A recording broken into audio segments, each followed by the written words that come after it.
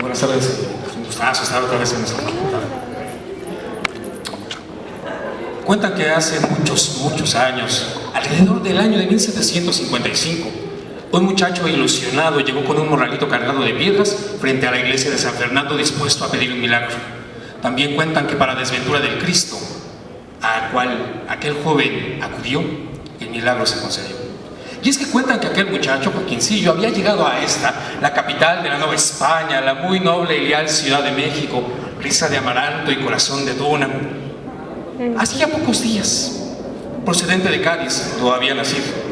El Joaquincillo de niño era un niño muy inquieto, siempre andaba de un lado para otro, saltando, sumergiéndose en los líos, saliendo, saltando otra vez, yendo de acá para allá y de allá para acá. Y la mamá, que era una española grande, enojona e implacable, para que su hijo se estuviera en paz una ocasión, en lugar de dejarlo correr y que se perdiera, fue hacia la cocina, sacó una cuchara de madera más fuerte que la cabecita de don Joaquincito, y cuando su hijo iba pasando, ¡zas!, le puso tan tremendo golpe que hasta el piso le puso tan tremendo golpe que el Joaquincillo a partir de entonces se quedó en paz. Eso sí, quedó medio tarugo, pero a partir de entonces se quedó en paz. Y el problema para la mamá es que el Joaquincillo se iba todas las tardes al puerto de Cádiz a ver los barcos llegar con sus colores y aromas nuevos venidos de estas tierras, escuchando las maravillas que los marineros decían de aquí de la Nueva España. Decían, por ejemplo, que aquí en la Nueva España había animales fantásticos, nunca antes vistos, de plumajes y colores espléndidos, que cuánto quisiera el rey tener al menos uno de ellos a cambio de cualquiera de sus reinos. Decían los marineros que aquí en la Nueva España había sirenas y había serpientes que podían volar desde un árbol hacia otro. Y decían también los marineros, y eso fue lo que más le llamó la atención a Joaquincillo, que aquí en la Nueva España todo era riqueza, que el oro y la plata se encontraban no solamente al interior de la tierra, sino incluso en los resquicios de los muros, y que el que quisiera hacerse rico aquí en la Nueva España solamente necesitaba venir y recoger piedras del piso, y con eso obtendría gran fama y fortuna.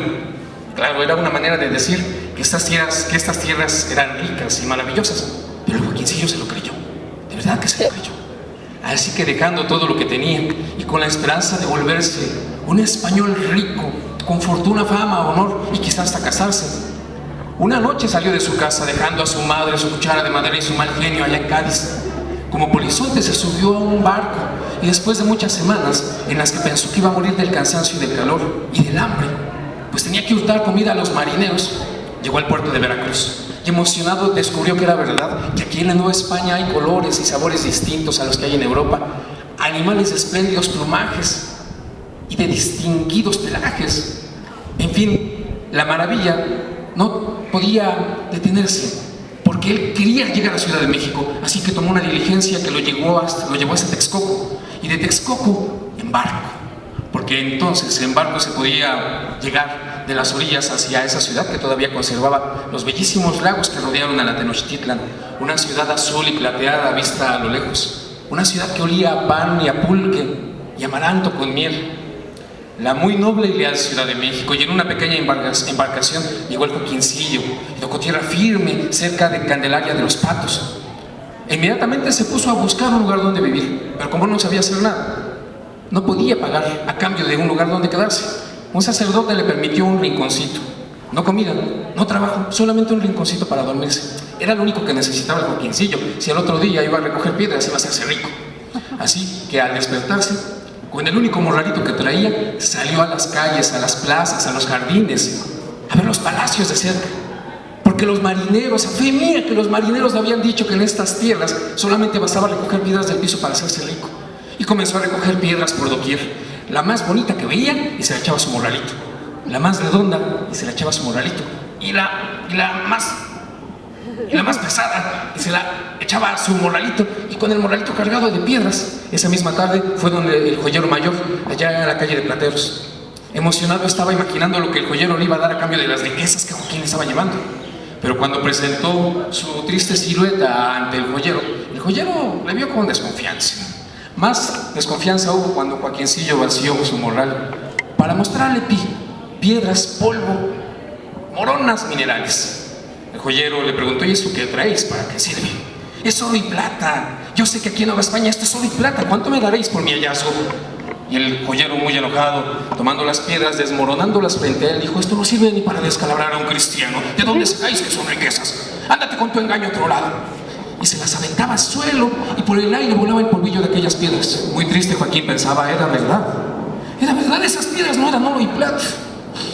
Ay, pero esa sí, y esa también, y esa también. Y iba nuevamente por calles y jardines, por puentes, plazas y palacios, a buscar más joyas que parecían piedras, pero para él eran joyas verdaderamente, pues eso le habían dicho los marineros en Cádiz. Todas las tardes iba con aquel joyero, y todas las tardes el joyero le decía lo mismo. Con insultos y desprecios, Joaquincillo casi llegó a pensar que era mentira lo que los marineros decían, hasta que, en el límite de la desesperación y con la ilusión todavía de obtener riquezas, fue ante aquel que todo lo concede, ante el Cristo de la iglesia de San Fernando.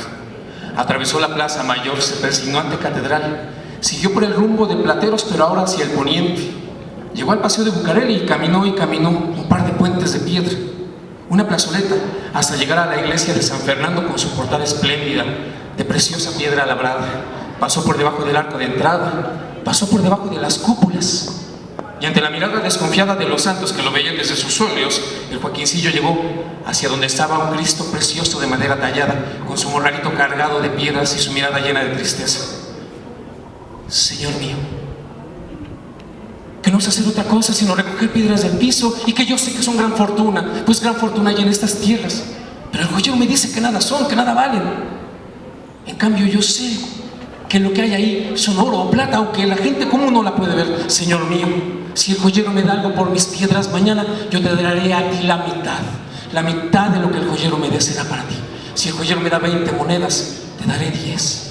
Si el joyero me da 50, te daré 25, y te haré con ellas un mantelito de papel de China, un vestido bordado de oro, una cruz de las más finas maderas. Lo que el joyero me dé, Señor mío, la mitad será para ti.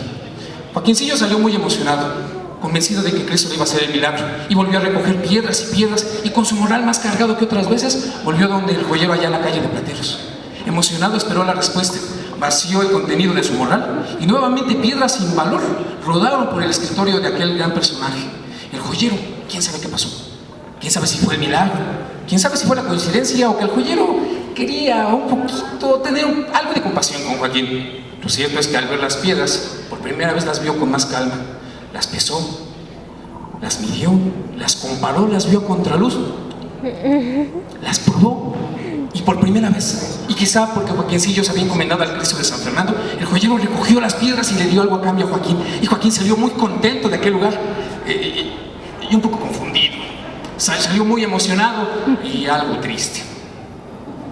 Pero bueno, el milagro estaba hecho. Decidió no cumplir la promesa. Se fue al cuartucho que le prestaba el padre y ahí se quedó dormido. Pero los remordimientos de conciencia son grandes en las personas de buena fe, y al despertar Joaquincillo entendió que tenía que ir a cumplir su promesa, que no se dijera que las gentes de Cádiz no tienen palabra. Así que con su morralito vacío y un bastón, cruzó la plaza mayor, pasó frente a catedral y se persignó. Siguió por la calle de Plateros, pero ahora hacia el poniente, y pasando un par de puentes y una plazoleta, llegó ante la portada espléndida de piedra preciosa de la iglesia de San Fernando. Pasó por debajo del arco de entrada, pasó por debajo de las naves, y ante la mirada de los santos que desde sus óleos lo veían con desconfianza, Joaquincillo, lleno de gratitud, y antes de la misa de días, llegó ante el Cristo nuevamente. Los que estaban esperando misa, conmovidos, tenían el corazón. Un muchacho forastero, llorando quizá de gratitud ante el Cristo. Escuchaban que agradecía y que agradecía, y que lloraba y que agradecía, y el Joaquincillo decía: Señor mío, que me has cumplido el milagro, heme aquí ante tu presencia, porque los de Cádiz tenemos palabra. Lo que pasó después, la gente tardó en entenderlo.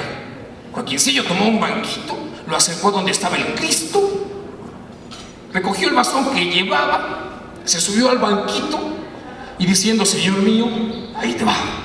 Como si nuestro Señor Jesucristo fuera piñata, tomando vuelo, le puso uno y dos garrotazos al Cristo, que quedó partido a la mitad. La parte de abajo colgando del clavo de los pies, y la parte de arriba colgando del clavo izquierdo, agarrándose como podía. Y la gente que estaba en misa, cuando el Joaquincillo lo tomó de los bajes y al piso, y a cachetadas y a patadas y a golpes y a escupitajos. El Joaquincillo despertó en los calabozos de la Santa Inquisición. Y cuando lo interrogaron los inquisidores dominicos, Joaquincillo no entendía qué pasaba. ¿Por qué habéis destrozado al Cristo? ¿Por qué ritual demoníaco, truculento, pérjuro, ingrávido? ¿Por qué habéis destrozado al Cristo? Joaquincillo recuperó la memoria y dijo: no, bueno, sí, pero no fue por ningún ritual. Yo le prometí al Cristo, porque me hizo un milagro, que le iba a dar la mitad de lo que el joyero me diera por mis piedras, y el joyero me dio 4 garrotazos. Según mis cuentas, al Cristo le tocaban esos 2. Joaquincillo fue perdonado. En castigo fue devuelto a Cádiz, donde en penitencia tenía que llevar un morralito cargado de piedras de su casa a la iglesia más cercana. Dicen, sin embargo, los que atestiguaron esta hazaña en el templo de San Fernando, que cuando Joaquín acababa de destrozar al Cristo y yacía en el suelo golpeado por todos, el Cristo partido a la mitad lo veía con misericordia, con gratitud, como diciendo desde su cruz partida: hasta que por fin un cristiano vino a cumplir su promesa. Qué lástima que haya sido el más tarugo de toda la Nueva España.